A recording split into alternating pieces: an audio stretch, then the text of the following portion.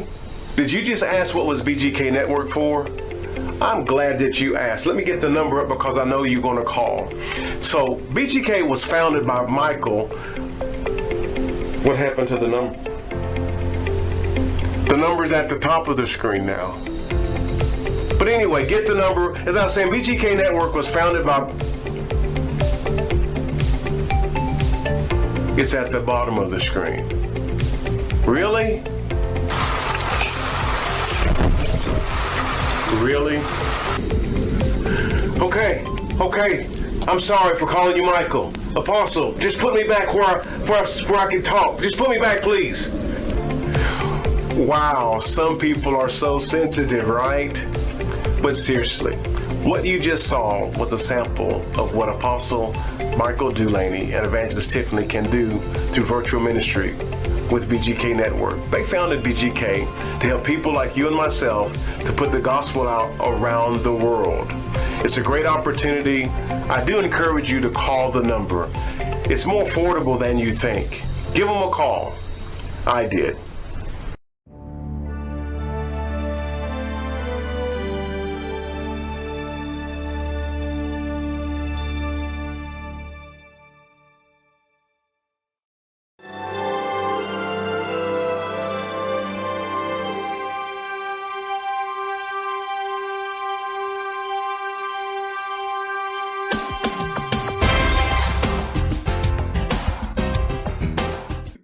Welcome back to another edition of Let's Talk About Marriage and the Family.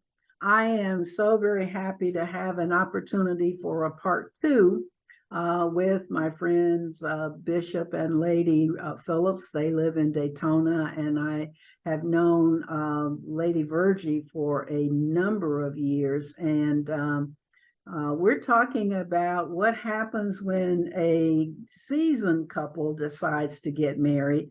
And I think the big question that we always seem to think and take for granted, that when grandma or grandpa is going to get married, that everybody is just really happy. Oh, Mom, I'm so happy for you. Oh, Dad, I'm so happy for you. Sometimes that's not always the case. And I'm not saying that that was the case with the Phillips. But before we get into that, I want to remind you that I have some little cards. I would like for you to help me get the word out that Let's Talk About Marriage is seen continuously on Mondays on Roku, BGK Network, called The Saints. My network is called The Saints. And if you will call me, I will send you some of these cards. Call me at 972-816-7887.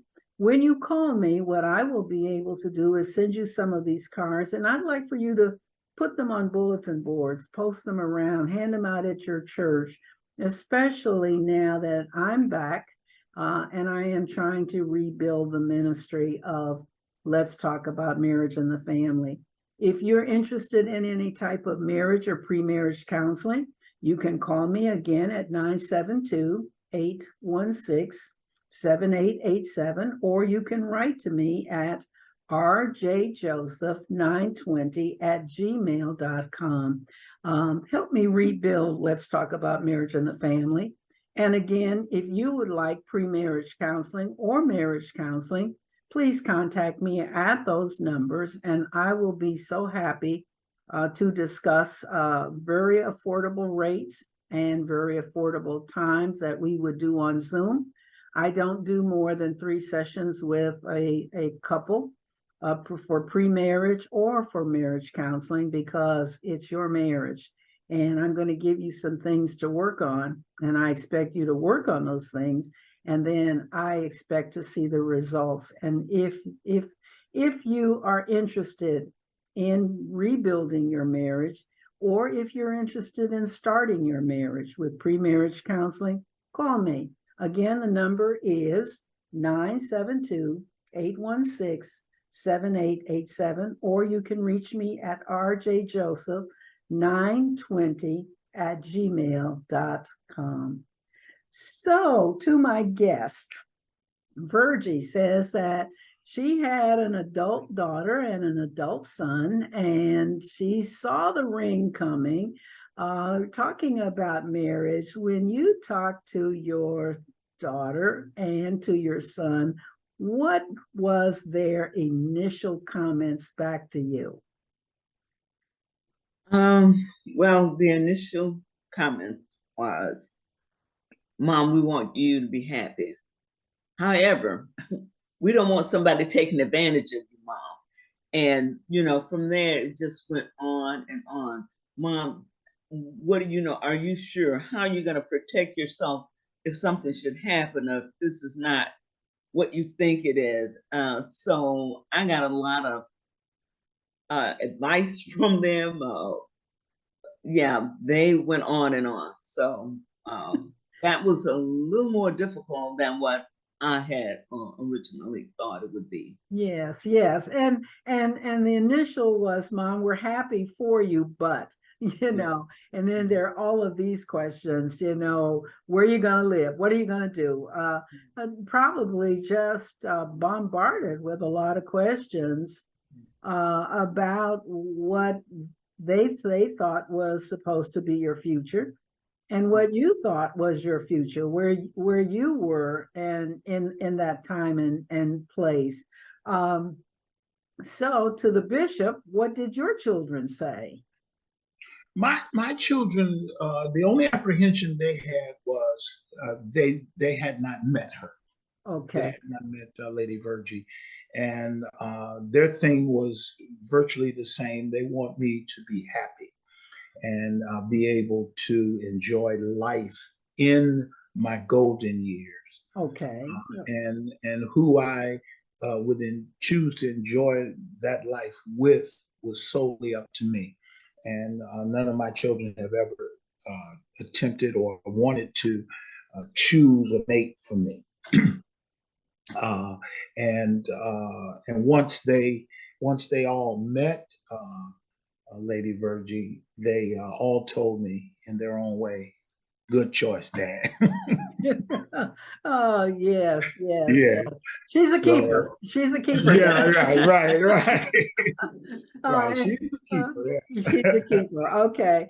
So now, in this coming together, blending not only adult children but blending grandchildren. So, what were the grands saying at this particular point in time? Well, now my grandkids were fairly young, Yeah, at that time. So yeah, my oldest granddaughter was She was what? She was young. She was in She was young too. Yeah, grammar school. Yeah. So yeah. It wasn't, they kind of, whatever mom and dad thought, that was how they went. Okay, so now we have the blending of the families. And so what advice would each of you give to a couple that was mature and were getting ready to marry? What type of advice would you give to a mature couple? Maybe the woman has been widowed for a number of years, or the man has been a widower for a number of years. What advice would you give to them in making a decision to get married? One of the things, as far as my children were concerned, just we had to make sure that whatever we had as a family of three, now, since their father was gone, that would always be maintained, that family, but yet I would be moving out of that into another family. And you have to, respect what they want or what they think. And there were some things that I did to really make them feel more comfortable about what I was doing. Okay. My children says, well, Mom, you've been working all your life, and you have this or whatever. How are you going to protect yourself? And that was a big thing for them. Yeah. So, it made me think. We really I got a will, so that things would, be stated, Yes, yeah. how, that would make them feel comfortable and know. So, you have to involve them and I think make them feel as comfortable as possible, Yeah. with what you're doing. And that was one of the things I tried to do with my daughter and my son. Okay. My son, however, had just got his first job with Disney as the manager of a ship. So he and his family had moved to Germany the first time. So he was kind of away. And so it was kind of left to my daughter, who we talk, well, my daughter and I talk all the time. And just trying to prepare her, for what, we had, what we were planning to do. Yes, yes, yes. Bishop, did you, what type of advice would you want to give to someone that was mature and thinking about getting married? My my advice would be solidly to if you have children, and depending on the age of the children, usually at our age, they would be the children would be grown for the most part. They would have their careers or their lives, but to certainly involve them, give them as much information as possible, but to mainly, and I think this is so important, to open and keep open a line of communication. Yes. Man, that is so, so important, that you establish that open line of communications at all time. And there's an open line of communications between me, my children, Virgie, and her children. And we can talk at any time. We can talk about anything. And I think that helps to alleviate any fears or anything, and it gives the children insight of who you are, who you really are, and who is this individual who is now spending time with your mother, or is married to your mother, literally. Okay. Um, we dealt with little things from a communicative instance. For example, Virgie had been known by Virgie Davy for what, 20, you said 20 some years, Yeah. right? And so we didn't change that. We did not change that. Okay. In some instances, we had to add Phillips, but what we did was we said Virgie Davy hyphen Phillips. Okay. All Okay. right. Yeah, but we didn't change it. Even to this day, her driver's license is still Virgie Davy. And her passport. When we travel, they're looking at like, together, we're married. We're married. Yes, But yes. it was just, we didn't see it was necessary, and it was okay. And it gave, I guess, my children a little comfort. Comfort, yeah. So right. She's not losing her identity. Yeah. She's not giving up so her identity of who she is, and I was good with it. It did not bother you. Now, No. And there's something that I think that Virgie alluded to, and I always tell people this, that one, we need to, when we're entering, even if you're younger and you have younger children, you should have a will and a legal document that says, if something happens, who will be responsible taking care of the children? Will it be maternal or paternal grandparents, or how is that going to look?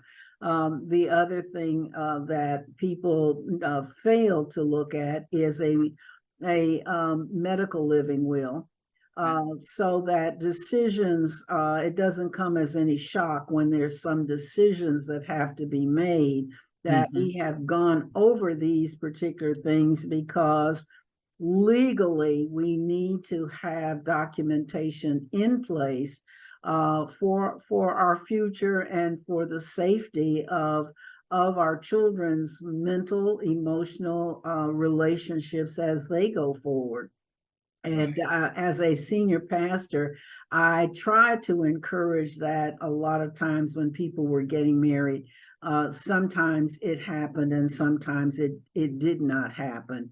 And when it did not happen, there was a lot of behind the scenes confusion going on, which created some distasteful issues within the family, so that at a hospital, in a hospital situation, where there were decisions to be made, there were hostilities, there were very, very bad feelings. So I think whatever age that you're going to marry, that you do have these documents in place, a regular will, which is a durable will, stating that what goes to who, and then we also have the medical power of attorney, who's going to take care of whatever decisions that have to be made. So, Bishop, you decided to go back to school. Were you still in school when you and Lady Virgie married? Yes, I was. But I was at this Bible college in Tinley Park. Mm-hmm. The one that I told you I didn't care that much for it. I learned some things from it, but I didn't particularly care that much for it because it wasn't what, as I said before, it was giving me an evangelical, a Caucasian evangelical view. Okay. I wanted more than that. And I always knew that I wanted more than that. And I just didn't know how to go about getting it. And so I just began to research different schools, Bible colleges, and seminaries. And I found this one in Southern Indiana. And it enables me to complete to finish out my bachelor's. I had enough credits for 3 years, and so only needed enough credits for one more year, which I obtained from them. And so I said, and I asked Lady Virgie, I said, well, what do you think I should do now? You know, they're encouraging me to enter into their master's program. What do you think? And she said, do it, because you can never learn enough, you know. Yes. And so I did. And once I had gotten into the program, my academic advisor was he was somewhat impressed with my tenacity of learning, of wanting the thirst for knowledge. And so he suggested to me that I enter into their combination degree program. Okay. Which was a master's and PhD. Mm-hmm. So that would be simultaneously working on my master's, but preparing myself by taking preparatory courses for entering into the PhD program. Okay. And I have to admit, I told him, I said, okay, I need to talk to my wife and so forth, because of course the financial aspect of it was greater, you know, for this particular program. So I said, well, let me talk to my wife, and then I'll get back to you, you know, right away. And when I talked to Virgie, I told her, I said, I don't have a clue. What is a PhD?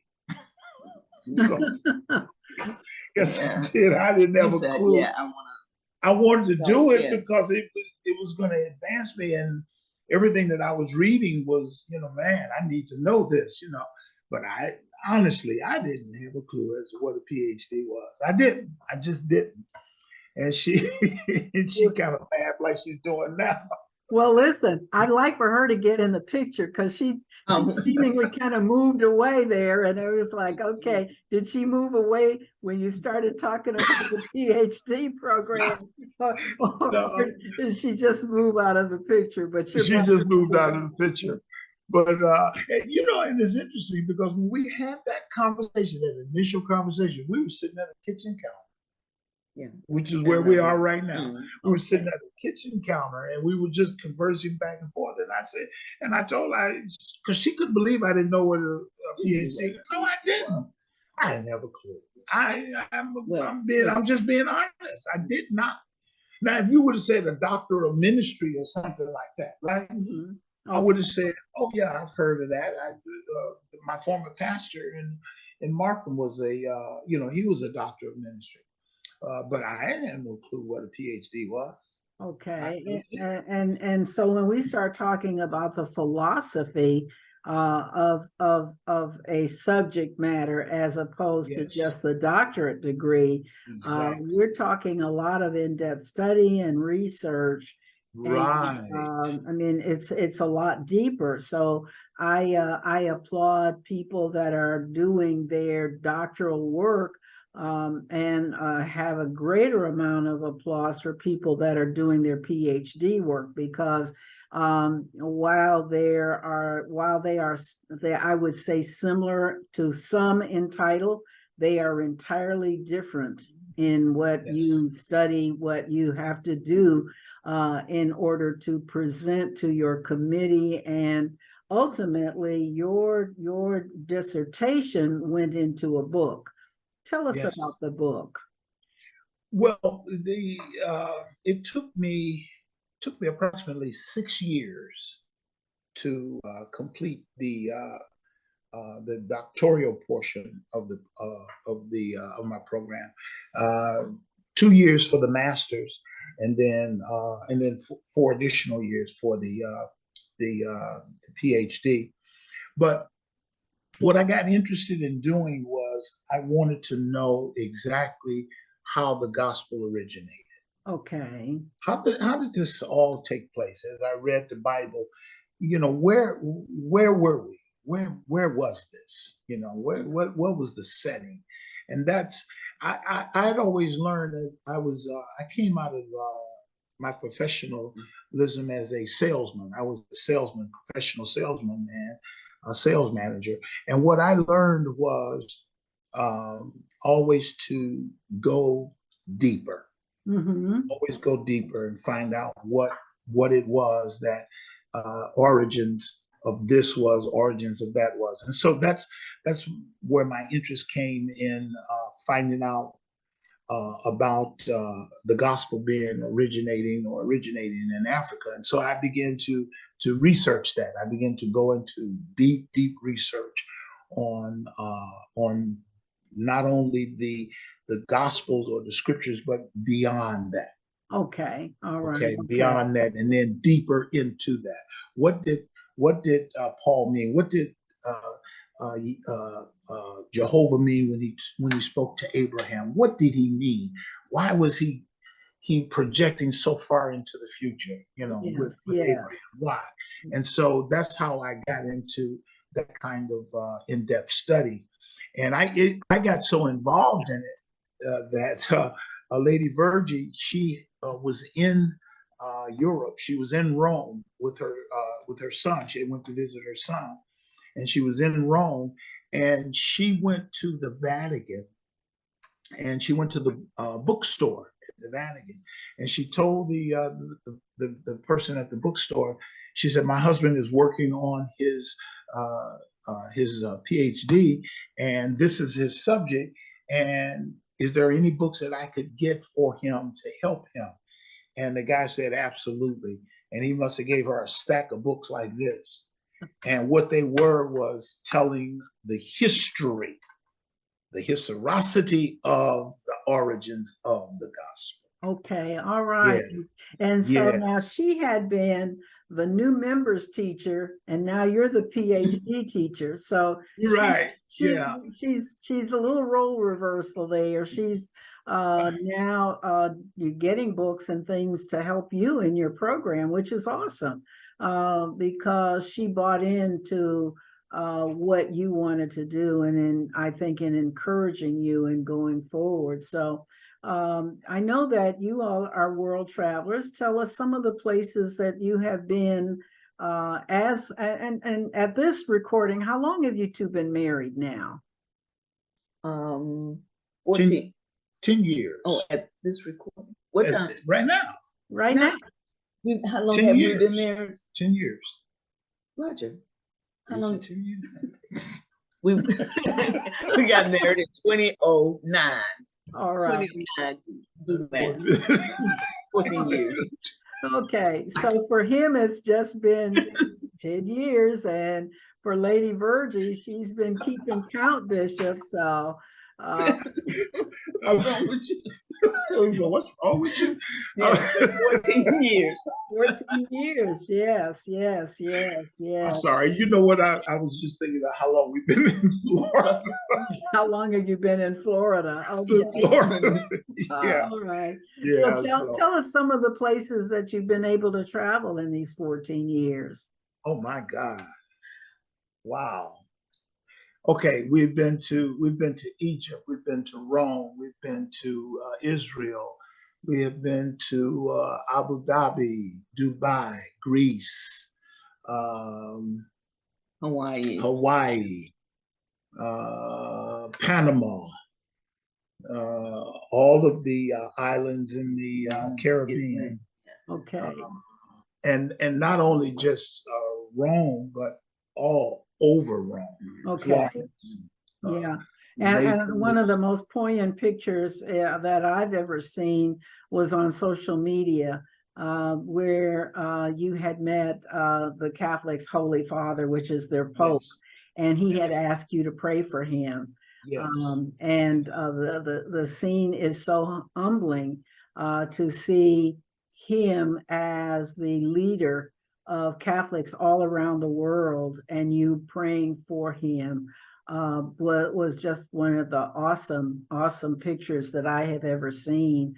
So tell me about your ministry, because we don't have a whole lot of time left. How can we connect with Sweet Holy Spirit Daytona, because that's the name of the church ministry there? Yes.